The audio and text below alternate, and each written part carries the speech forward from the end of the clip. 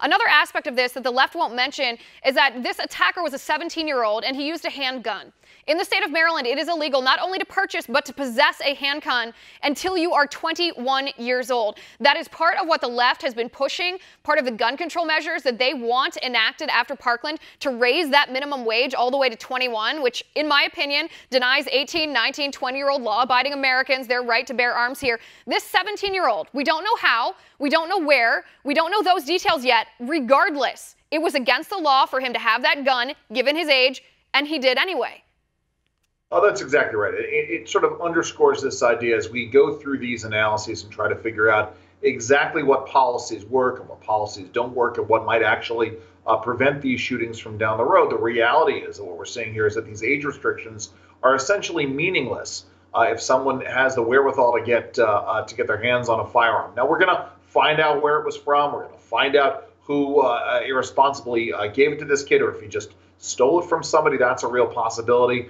But again, it's interesting because we are in Maryland going through some real machinations over how to deal with school safety.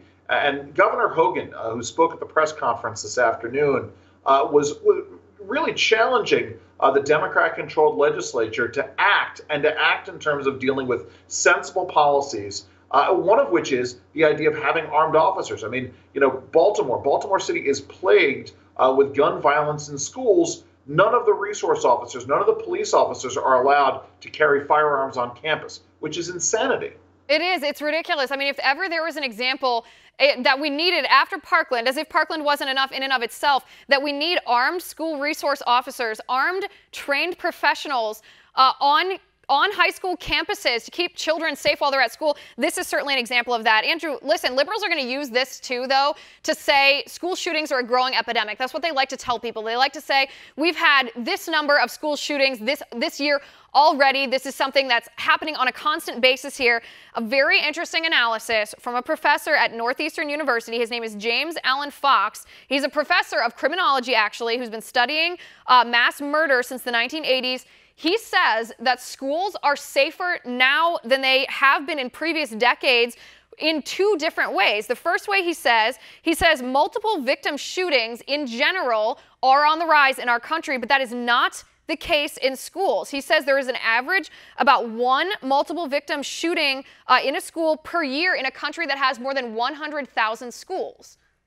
Yeah, and let's be really clear here. But at the same measure, you also have private gun ownership at its highest level ever in American history, and by four major metrics of crime statistics, all four are down.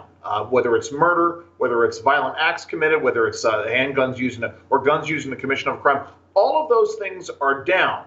Yet you and I both know, Liz, is that when we're talking about this, rationality does not prevail. Now we all agree one incident is too many. But we need to look at why things happen the way that they do. We need to look at the real risks that are involved. Listen, I had a conversation with family members over the weekend that got very tense, in which I have a daughter who didn't walk out of class last week and was asked about this, and she said, she feels perfectly safe in her school.